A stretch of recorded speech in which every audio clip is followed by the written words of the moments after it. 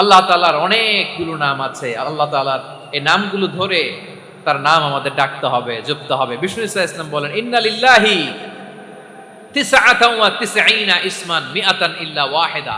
আল্লাহর রয়েছে 99টা নাম, এক কম 100। এক কম, আমরা বাংলায় বলি না যে এক কম 100, মানে আসলে কয়টা? 99টা। বিশ্বনবী বলেন আল্লাহর 99টা নাম আছে, মিআতান ইল্লা ওয়াহিদা, এক কম 100। মান আহসাহা দাখালাল জান্নাহ, যে ব্যক্তি 99 নাম মুখস্থ করে তার সিনার ভেতরে রাখবে, আল্লাহ তাআলা তাকে জান্নাত দিয়ে ধন্য করে দেবে। এবার বলেন, আল্লাহর নামগুলো জানার দরকার আছে না নাই? এই নামগুলো আমরা জপব, মুখস্থ করব। এই নামগুলো আগে আয়ত্ত করতে হবে। এই নামের যে অর্থ সেটা অনুধাবন করতে হবে। এই নামের যে দাবি সেটা মানতে হবে। সিবগাতাল্লাহ ওয়া মান আহসানু মিনাল্লাহি সিবগা ওয়া নাহনু লাহু আবিদুন। আল্লাহর রঙে রঙিন হইতে হবে। আমার আল্লাহ দয়ালু, আমরাও দয়ালু হতে হবে। আমার আল্লাহ সহনশীল, আমরাও সহনশীলতার চর্চা করতে হবে। আমার আল্লাহ মেহেরবান, আমরাও মেহেরবান হতে হবে।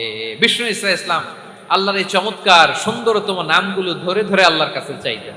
আপনি যখন দোয়া করবেন, আল্লাহর নামগুলো ধরে যদি দোয়া করেন, আল্লাহ ওই দোয়া ফিরায় দেয় না। সুবহানাল্লাহ বলেন। আপনি যদি দোয়ার মধ্যে বলেন ইয়া রহমান, সবাই বলেন ইয়া রহমান, ইয়া রহিম, ইয়া হাইয়্যু, ইয়া কাইয়্যুম। আল্লাহর চমৎকার নামগুলো ধরে ধরে যদি আল্লাহর কাছে ফরিয়াদ করেন, আল্লাহর নামগুলো ডাকেন, আপনার দোয়া মুহূর্তেই কবুল করবে কে?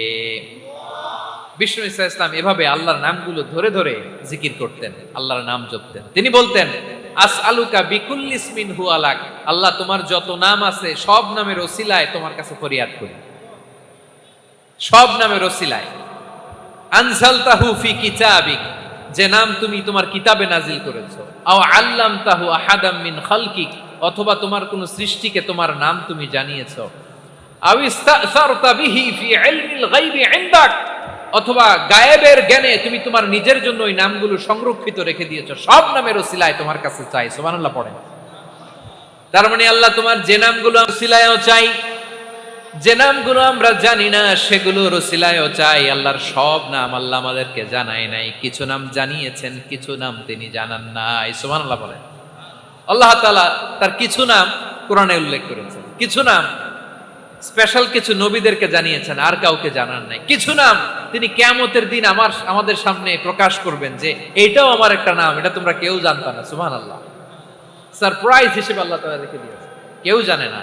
কিয়ামতের দিন আল্লাহ তাআলা সেই নামগুলো জানাবেন। আর কিছু নাম আছে সেই নামগুলো আল্লাহ কোরআনেও বলে নাই, কোন নবীরেও জানায় নাই, কিয়ামতের দিনও সারপ্রাইজ হিসেবেও জানাবে না। ওই নামগুলো স্বয়ং খোদ আল্লাহ ছাড়া কেউ জানে না।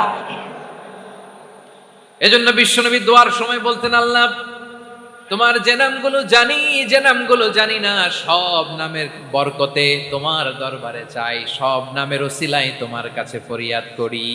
সুবহানাল্লাহ বলেন। তাহলে সূরা হাশরের মধ্যে আমরা আল্লাহর মোট কয়টা নাম পাবো দেখি, মনে আছে কিনা? হ্যাঁ, কয়টা? আওয়াজ করে বলেন, কয়টা? মাশাআল্লাহ। এই 14টা শোনার আগ্রহ আছে? এই দুই একজন যে ওঠা বসা করতেছেন, এই ডাস্টে তো ডাস্ট অ্যালার্জি হয়ে যাবে, ধুলাবালিতে। আসার সময় তো অনেক ধুলা খাওয়াইছেন আমার এই জায়গায়।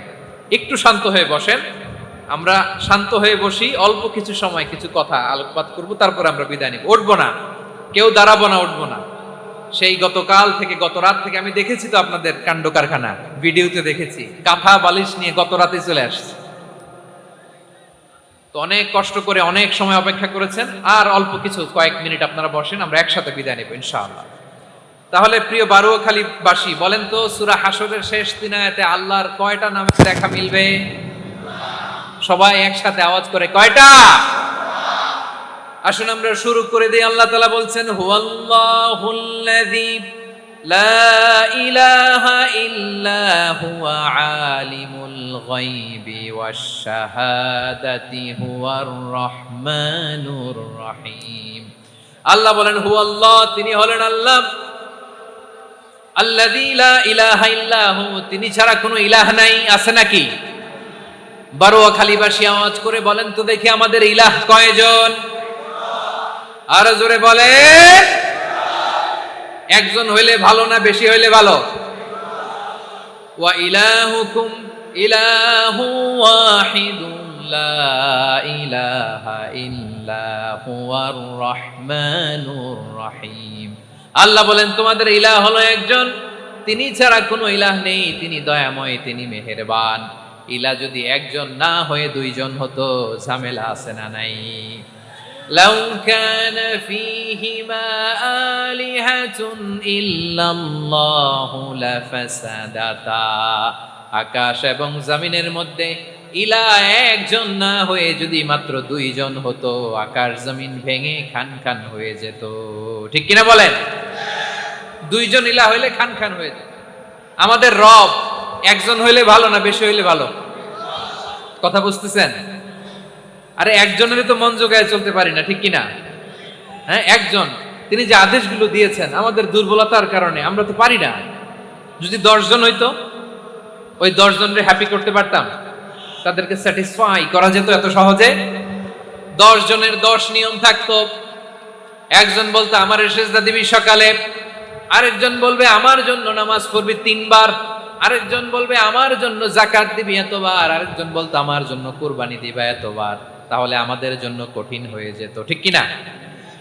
যদি ইলা একজন না হয় একাধিক হতো, একজন বলতো না আমি মহাবিশ্ব এভাবে চালাবো, আরেকজন বলতো না আমার মন চায় এভাবে, আমি এভাবে চালাবো, একজন বলতো সূর্য আমি পূর্ব দিকে উঠাবো, আরেকজন বলতো না আমি দক্ষিণ দিকে উঠাবো, আরেকজন বলবে না আমি উত্তর দিকে উঠাবো। এরকম আছে না নাই? ঝামেলা লেগে যেত। এজন্য বেশি রব হইলে আমাদের জন্য ঝামেলা, খোদা বেশি হইলে আমাদের লস। একজন হওয়াতে আমরা বেঁচে গেছি। বারোয়াখালীবাসী আওয়াজ করে না, কথা বলে না। রব খোদা একজন হওয়াতে আমাদের সুবিধা হয়েছে না? এজন্য আল্লাহ বলেন লা ইলাহা ইল্লাহু, তিনি ছাড়া তোমাদের কোনো ইলাহ নাই, তিনি একজন। লা ইলাহা ইল্লাহু আলিমুল গায়বি ওয়াশ শাহাদা, তিনি প্রকাশেরও মালিক অপ্রকাশেরও মালিক। তিনি যেটা ওপেন এটাও জানেন, যেটা গোপন সিক্রেট ওইটাও জানেন।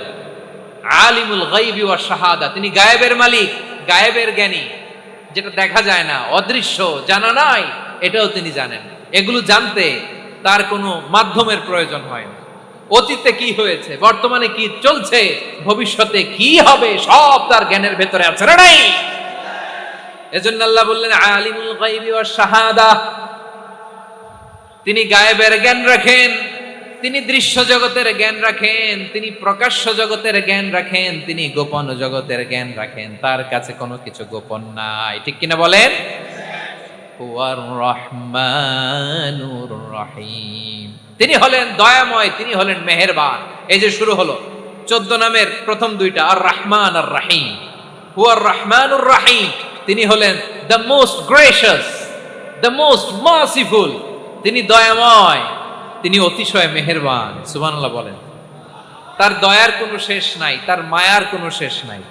আল্লাহ, তাহলে 14টা নামের মধ্যে কয়টা পাইলাম? একটা কি? আর রহমান। বারোয়াখালীবাসী বুঝে থাকলে আওয়াজ করে বলেন, প্রথমটা কি? 2 নাম্বার আর রহিম। আওয়াজ করে বলেন 2 নাম্বার। আওয়াজ করে সবাই গলা ছেড়ে দিয়ে উত্তর দেন তো, প্রথম নামটা কি? দ্বিতীয় নামটা? আর রহিম। রহমান আল্লাহর one of the major names, আল্লাহর মৌলিক নামগুলোর মধ্যে গুরুত্বপূর্ণ একটা নাম হচ্ছে রহমান। গুরুত্বপূর্ণ নাম কি? রহমান, দয়ার সাগর, মায়ার সাগর। রহমানুন ফিদ দুনিয়া ওয়া রহিমুন ফিল আখিরা। এই দুনিয়ার জন্য আল্লাহ রহমান, দুনিয়াতে আল্লাহ সবাইরে দয়া করে, কাফিররেও করে, মুসলিমরেও করে। আর আখিরাতের জন্য তিনি রহিম, সেখানে কাফির মুশরিকদের জন্য আল্লাহর পক্ষ থেকে কোনো দয়া থাকবে না। চিল্লায় বলেন ঠিক কি না? এজন্য আল্লাহ বললেন আমার মৌলিক একটা নাম হলো রহমান। আল্লাহর পরে অন্য কোন নাম দিয়ে যদি তোমরা আমার নাম প্রকাশ করতে চাও, জপতে চাও, ডাকতে চাও, তোমরা রহমান নামে ডাকো। রব্বুল আলামিন ইরশাদ করেন কুলিদুল্লাহ আউইদুর রহমান আইয়াম্মা তাদউ ফালাহুল আসমাউল হুসনা। আমাকে আল্লাহ নামে ডাকো কিংবা আমি আল্লাহকে রহমান নামে ডাকো, যে নামেই ডাকো না কেন আমার আছে অনেকগুলো সুন্দর সুন্দর নাম। যে নামেই ডাকো আমি শুনি, ডাকলেই আমি সাড়া দেই। সকালে ডাকলেও সাড়া দেই, দুপুরে ডাকলেও সাড়া দেই, মাঝ রাতেও যদি আমরা বিপদে পড়ি ডাকলে আমাদের ডাকে সাড়া দেয় কে? সবাই বলুন তো, সাড়া দেয় কে? আবার বিশ্বনবী যখন মক্কায় দাওয়াত দিচ্ছিলেন, তিনি মাঝে মাঝে আল্লাহর নাম বলছিলেন, মাঝে মাঝে তিনি রহমান নাম বলছিলেন।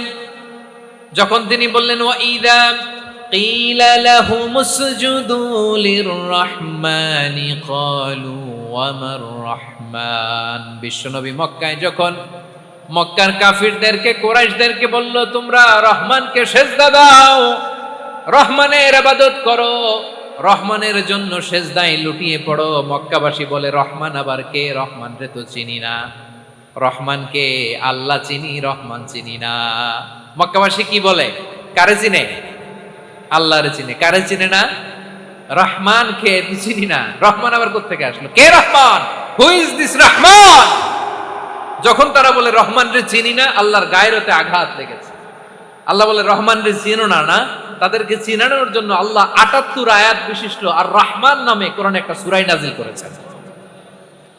যখন মক্কার কুরাইশরা বলে আল্লাহ চিনি, রহমান চিনি না, আল্লাহ বলে রহমান রে চিনো না, তাহলে চিনে নাও রহমান নামে তিনি ৭৮ আয়াত বিশিষ্ট কালামুল্লাহ মাজিদে একটা গোটা সূরাই নাজিল করে দিয়েছেন। তিনি নাজিল করলেন আর রহমানু আল্লামাল কুরআনা খালাকাল ইনসানা আল্লামাহুল বায়ান, দয়াময় রহমান শেখালেন কোরআন, বানালেন ইনসান শেখালেন বায়ান। দয়াময় রহমান শেখালেন কোরআন, বানালেন ইনসান শেখালেন বায়ান। দয়াময় রহমান শেখালেন কোরআন, বানালেন ইনসান শেখালেন বায়ান। পড়েন আল্লাহু আকবার। আল্লাহ বলে রহমান কারে বলে চেনো না? শুনে নাও, ৭৮ আয়াত বিশিষ্ট গোটা একটা সূরাই নাজিল করে দিলাম, সূরাতু আর রহমান। আর রহমান তিনি দয়ালু, আল্লামাল কোরআন তিনি মানুষকে কোরআন শিখিয়েছেন, খালাকাল ইনসান মানুষ বানিয়েছেন, আল্লামাহুল বায়ান মানুষকে কথা বলা বর্ণনা করা শিখিয়েছেন। পড়েন সুবহানাল্লাহ। গোটা একটা সূরাই নাজিল করেছেন, সূরাতু আর রহমান। আমার বারোখালীর ভাইয়েরা, তার নাম হচ্ছে আর রহমান আর রাহিম, মানে দয়াময় মেহেরবান। তার দয়া যে কত বেশি আপনি কল্পনাও করতে পারবেন না, আপনি কল্পনাতেও আনতে পারবেন না তার দয়া কত বেশি। বিষ্ণু ইসলাম ফরমান লাম্মা কাদাল্লাহুল খালকা কাতাবা ইনদাহু ফাওকা আরশিহি, আল্লাহ যখন মহাবিশ্বের সব সৃষ্টি করে সারলেন, তিনি আরশের উপরে লিখলেন সাবাকাত রাহমাতি গাদাবি, সাবাকাত রাহমাতি গাদাবি। কোথায় লিখছে? আরশের উপরে। আওয়াজ করে বলেন তো কোথায় লিখেছে? আরশের উপরে আল্লাহ লিখলেন সাবাকাত রাহমাতি গাদাবি। এর মানে হলো আমার দয়ার কাছে, আমার ভালোবাসার কাছে আমার ক্রোধ পরাজয় বরণ করেছে, আমার দয়ার কাছে আমার রাগ কিংবা ক্রোধ পরাজয় বরণ করেছে। মানে আমি আল্লাহর দয়া আছে, আবার আমি আল্লাহর ক্রোধ বা রাগ আছে, কিন্তু আমি আল্লাহর রাগের চেয়ে দয়া বেশি। আওয়াজ করে বলেন আল্লাহর রাগ বেশি না দয়া বেশি? আল্লাহর যদি রাগ থাকতো আমরা বাঁচতে পারতাম?